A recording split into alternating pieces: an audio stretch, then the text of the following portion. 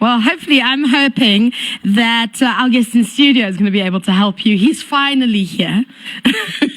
We finally managed to get him here and get the slot that he's been needing to speak to you on. We've done a telephonic with him, I think, twice. That's correct, yeah. Okay, and of course, if you're not sure who I'm referring to, then you're definitely not my friend on WhatsApp because I've been posting it since yesterday.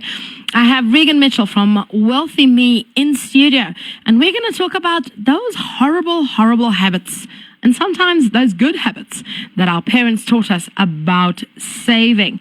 So, Regan, you're here. We're going to have that conversation. But of course, you know, we always have to pay the bills. So I just want you to tell everybody that you are here. Just come a little bit closer to the microphone.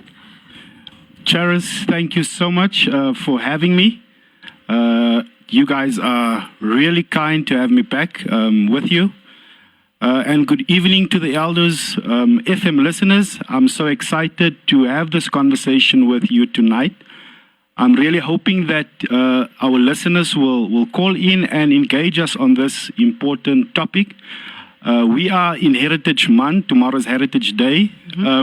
We know that heritage speaks about practices and characteristics that are passed down through the years from generation to generation. And tonight we're talking about our financial heritage or financial literacy heritage. We're talking about the good financial lessons that has been passed down by our parents and also some of those bad financial lessons that's been passed down by them. So yeah, it's good to be with you this evening. Well, there you have it. Regan Mitchell in studio. If you need to have a conversation with us, the telephone number is 084-640-0000. That is our telephone line as well as our WhatsApp number. I, however, am going to pay the bills. And when we come back, we're getting right into it here on Elders FM 87.6 all day, every day. It is 24 minutes past 7. You're listening to Let's Talk About It here on Elders FM. Unfortunately, I only have a little while with you today, but we'll get through it because we have a guest in studio. We have Regan Mitchell from WealthyMe. And of course, before the break, he was just giving us the topic of conversation today, which is the lessons we learned from our parents when it comes to saving money, good or bad. But before we get into that, Regan, you said you would just like to cover all the bases with regards to money. Yeah, I think, Charis, the picture that I want to paint is, or the question that I want to ask is, why is financial literacy important? And why is it important then for our parents, or we as parents, to lead this conversation with our kids? Okay. Now, when you look at financial literacy, it has immense long-term benefits on a macro level. So when we say macro, we're referring to the economy. Yeah. So, e.g., if we have a financially literate society and that people are investing and saving money, what that means is that there is money in the economy available for investment, and that then has, growth benefits for our economy. Okay. And also, it has societal benefits, financial literacy. And we wanna unpack some of these lessons that we've learned from our parents, good or bad. Now, if you look on a societal level, and you look at some of the issues, or let's talk macro, South Africa. In 2018, we participated in a financial literacy research, and 30 countries participated in that research, where they kind of tested the financial literacy of its citizens. Out of 30 countries, can you guess where South Africa ranked in that research? Can I just be Charis and say 30th? That's absolutely spot on. So that's where we are, as a nation. As a nation, we have an issue where it comes to financial literacy, and that is why we have to increase our efforts to help our society and to help the people in our country improve the levels of their financial literacy, and how important it is for this to happen at home, how important it is for parents to lead this conversation. Now, if you look at some of like I said, the societal benefits of, or what poor financial literacy could lead to, one, it could exacerbate poverty in an already poverty-stricken country, exacerbate the wealth gap in our country. What is a wealth gap, Regan? You're speaking to people who don't understand the terms that you're using. So let's simplify it for them. What is wealth gap? What is the wealth gap? That's the haves and the have-nots. And what we see is a country in globally that's probably the most unequal society. So our people are extremely poor. And it is in our best interest to help our people to try and level the playing field. So you have people that live, in beautiful suburbs that have food on their table, people that can go to the gym to burn their food. But then you have people on the other side of the spectrum that are really they don't even know where the next slice of bread is going to come from. So some of the levers that we can pull to help close that wealth gap is really to improve the financial literacy of our citizens. Okay. If you look at marriages and if you look at divorce, in the top 5 reasons for divorce normally comes down to finances.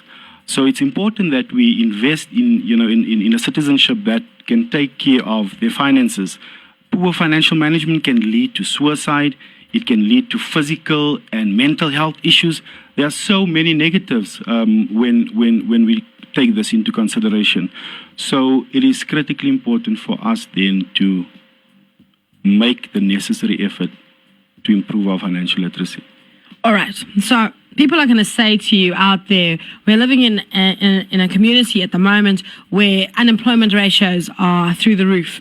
We're looking at an environment where our people are almost ostracized, or I don't want to use the term, but I guess it's a term that everybody's using at the moment, marginalized because of certain socioeconomic factors. All right. So people are going to say, so I don't have money to invest. I don't have money to save because I'm living hand to mouth. How can they improve on those types of scenarios to ensure that money is then available, that that even if they are working, that they can get the full benefit of the money that they have? Charis, you're touching on an important issue with regards to unemployment. And the fact that so many people don't know where the next slice of bread is going to come from. Yeah. And at the basic level, if you look at Maslow's hierarchy of needs, and the model that we use, the most important thing to become economically active and to start earning money is to gain a skill. Okay.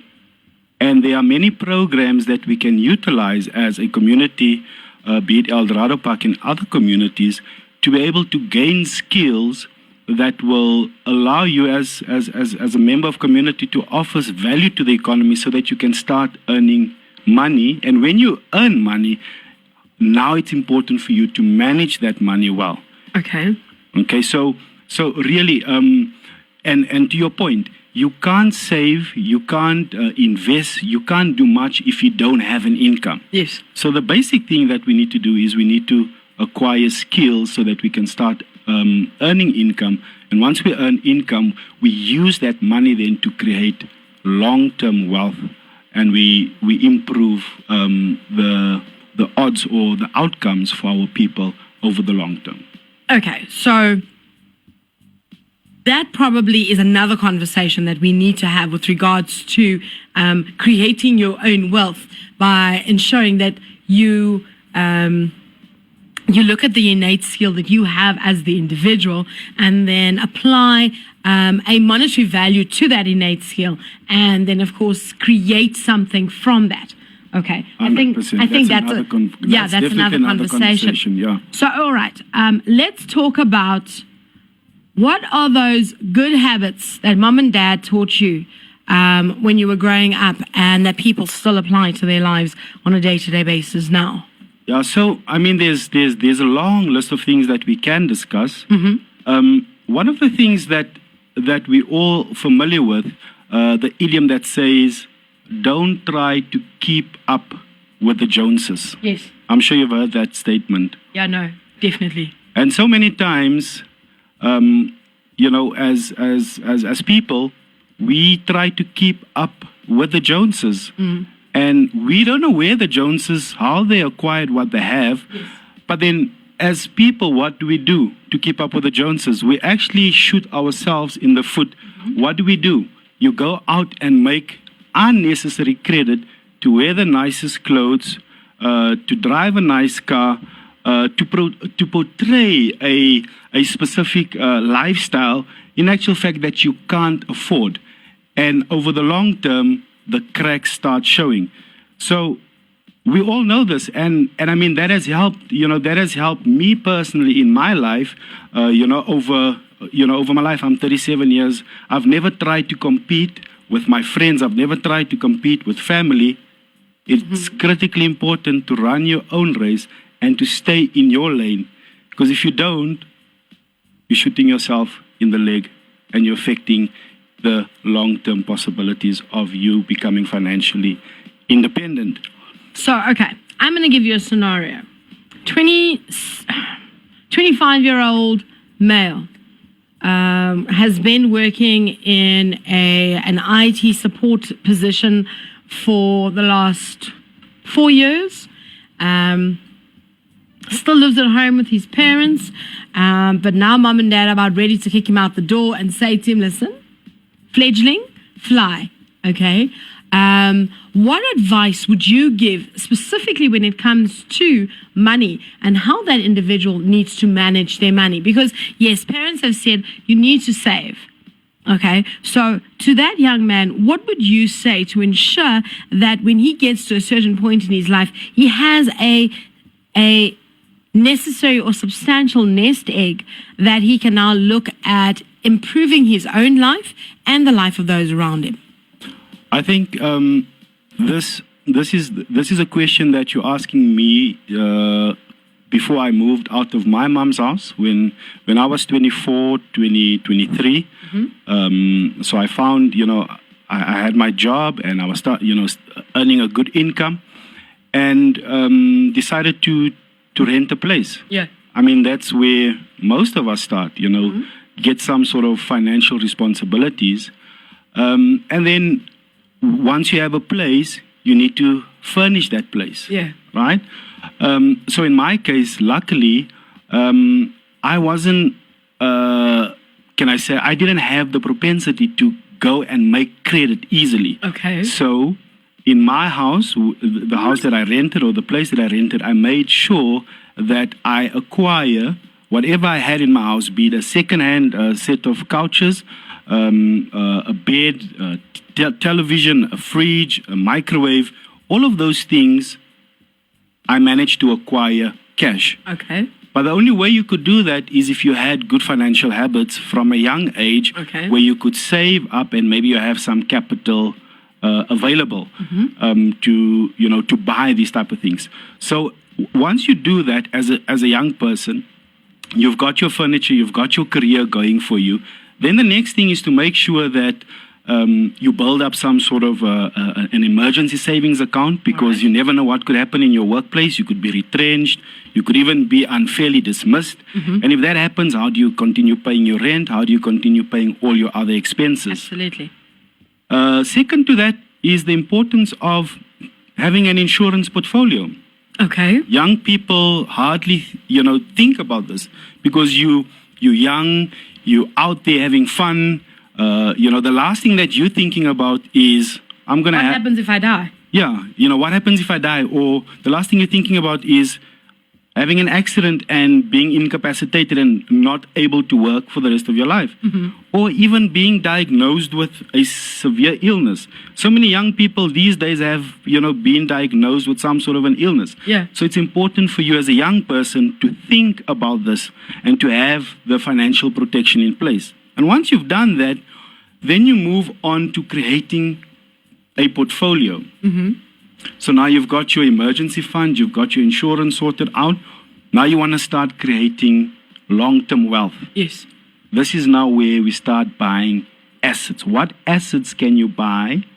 Because as a young person, you're not married, so you must probably have a much bigger surplus income. Yes. Right? So that surplus income is what you're now going to use to invest, buy property, buy into companies, whatever financial instrument, based on your portfolio. But then you start building generational wealth by buying assets.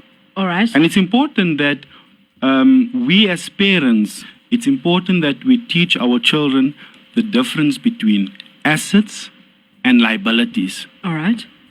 For most of our youth, and for most of the our early 20s and going into your 30s, we're actually not buying assets. We're buying liabilities. And this is something very important that we need to teach our youngsters, is the importance of buying assets that give you an income. Wonderful stuff. We have Regan Mitchell from WealthyMe in studio, and he's talking to us about the good habits as well as the bad habits when it comes to what our parents have taught us with regards to saving money. 084-640-0000. That is the telephone line as well as the WhatsApp number. We are going to go to a quick commercial break, and then, of course, when we come back, we will continue having the conversation. And I would like Regan to tell us about the bad habits, because everything that we spoke about now was the positive stuff, the fact that acquiring assets is important, working and knowing that you need to put money aside, ensuring that you have that insurance portfolios in place, whether it be a funeral cover, insurance on the vehicles, life cover, all of those things. And of course, there is the option also of having a personal and private provident fund. And we will have those conversations when we come back from the commercial break. It is 19 minutes to 8 o'clock. You are listening to Let's Talk About It on your favorite radio station, Eldo's FM 87.6, all day, every day. It is 17 minutes to 8 o'clock. You're listening to Let's Talk About It here on Aldo's FM. In studio, I have Regan Mitchell, WealthyMe, CEO of WealthyMe, talking to us about those bad as well as good habits that our parents have taught us when it comes to saving and when it comes to ensuring that we have some form of a nest egg. Yeah. Thank you so much, Charis. And I'm really enjoying the conversation. I hope some of your listeners can call in and engage us this evening. I was chatting about, don't try to keep up with the Joneses, but I mean, there's many other things that we've learned. And there's really some good nuggets and lessons we can get from this. I mean, if I look at the concept of lay-by, in today's generation, we don't lay-by. We just want things instantly. And the easiest way to get your TV, if you don't have cash, is credit. Not understanding the cost of credit. But if you can defer gratification, because we are a generation of now, immediate gratification. We don't know how to delay gratification. Now, if you look at back then, our parents could say, I'll lay by this bed or I'll lay by this television so that they don't pay interest. They're just paying it off, and at the end of the year or at the end of how many months, the asset or whatever they've bought belongs to them. So this principle speaks about gratification. And can we teach our children to delay gratification? Or are we teaching our children? Because remember, we are also creating a heritage. Yes. We are also passing down certain principles and values to our children. And I mean, there's a phenomenal test. They call it the marshmallow test.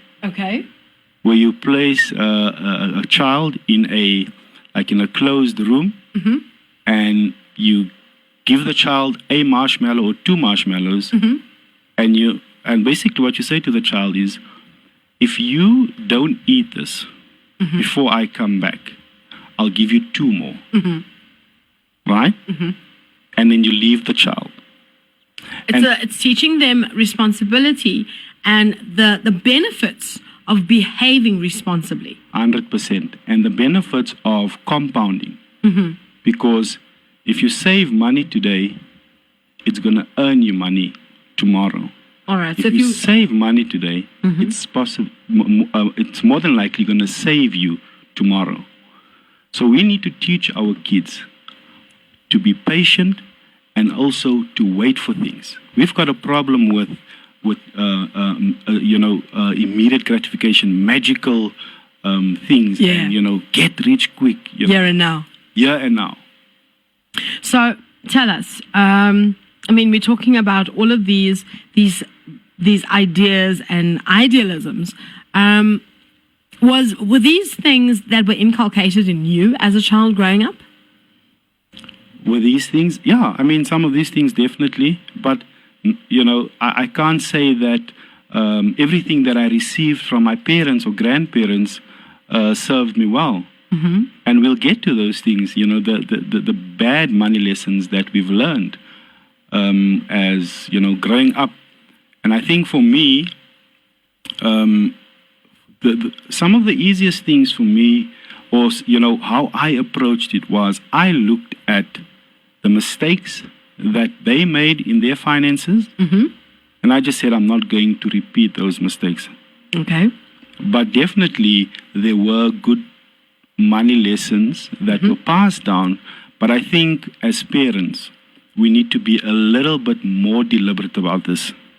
Let's have the conversations. Let's be open with our kids about the finances of the house. Tell your children, money doesn't grow on trees. Jy wil net geld van my rug af pluk. We have to be deliberate in having these conversations in our households. So now tell me, what are those habits that we have to sometimes look at and think, oh my goodness, did I really pass these on to my kids? Or did I really get this habit from my mom and dad? Charis, growing up, I'm not sure about you. Back then we had phones, house phones. Yes. And, sometimes the creditors would phone home. Mm-hmm. And your mom would send you to the phone and say, answer the phone. If it's Standard Bank or if it's this one. Tell them I'm not sure. I'm not sure.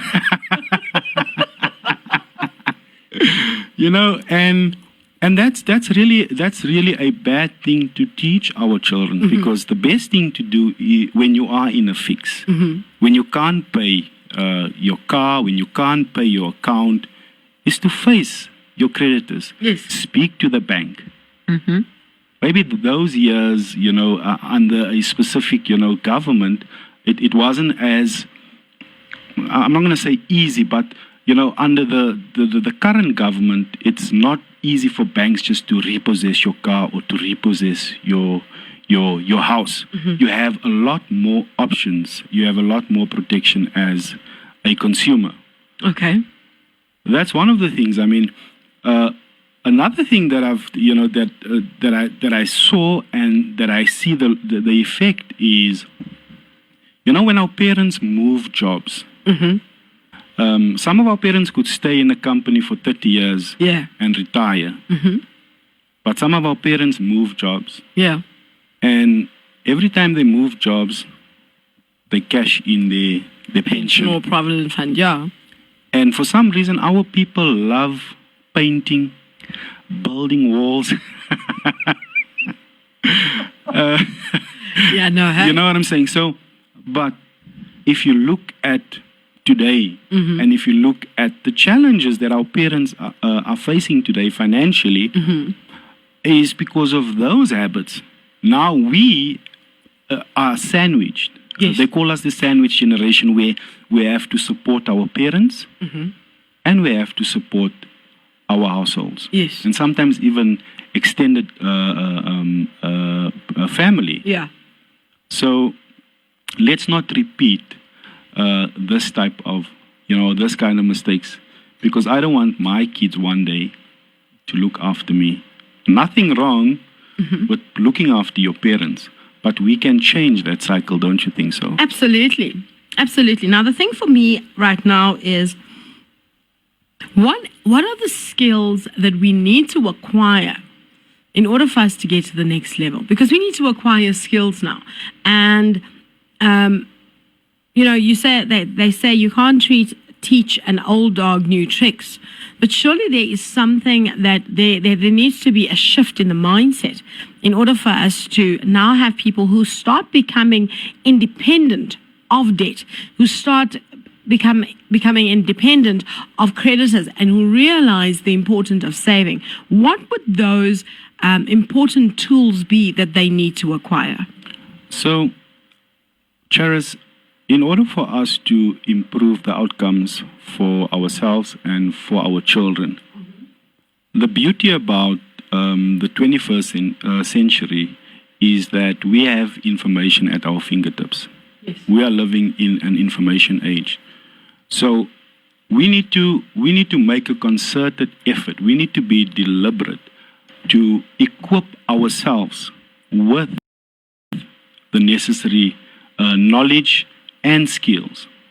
Where do you get that knowledge from? Man, there's so many books on the market that you can read.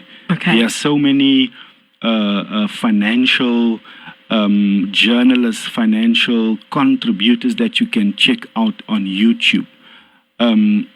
There's so many tools out there that you can access that will help you to manage your finances better and to be more considerate about the financial decisions that you make today and how that impacts on the next generation. Okay. So, one of the books that I've read that really helped me and that changed the way I look at finances. I've read many books, but The Richest Man in Babylon. And one of the most important principles that I've learned in that book is the importance of paying yourself first. You can't just live for expenses. Yeah. Pay yourself 10%. And that 10% is not money that you're going to go blast on entertainment or clothes or whatever. The 10% that you're paying yourself is you buying assets that are going to generate income in the future. A very famous book by Robert Kiyosaki, Rich Dad, Poor Dad. Excellent, excellent, excellent book to read to improve your financial literacy.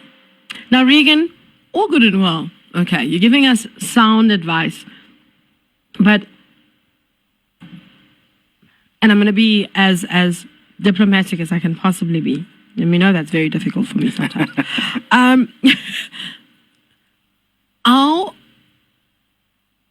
Our community, okay, is not one that will, and I'm generalizing, and I know I'm probably going to get a little bit of flack for this, but the reality for us right now is that our community is not one of individuals who are going to go out and buy a book. Okay, so how can they access you? How can they access me? Yes. Well, we are on different social media platforms. Okay. They can find us on WealthyMe, that's on Facebook. Mm-hmm.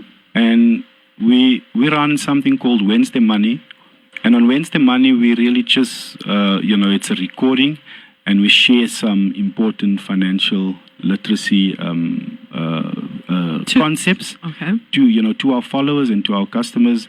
We also have a YouTube channel where people can go listen to those talks or to those teachings. And then we also we're also on Twitter.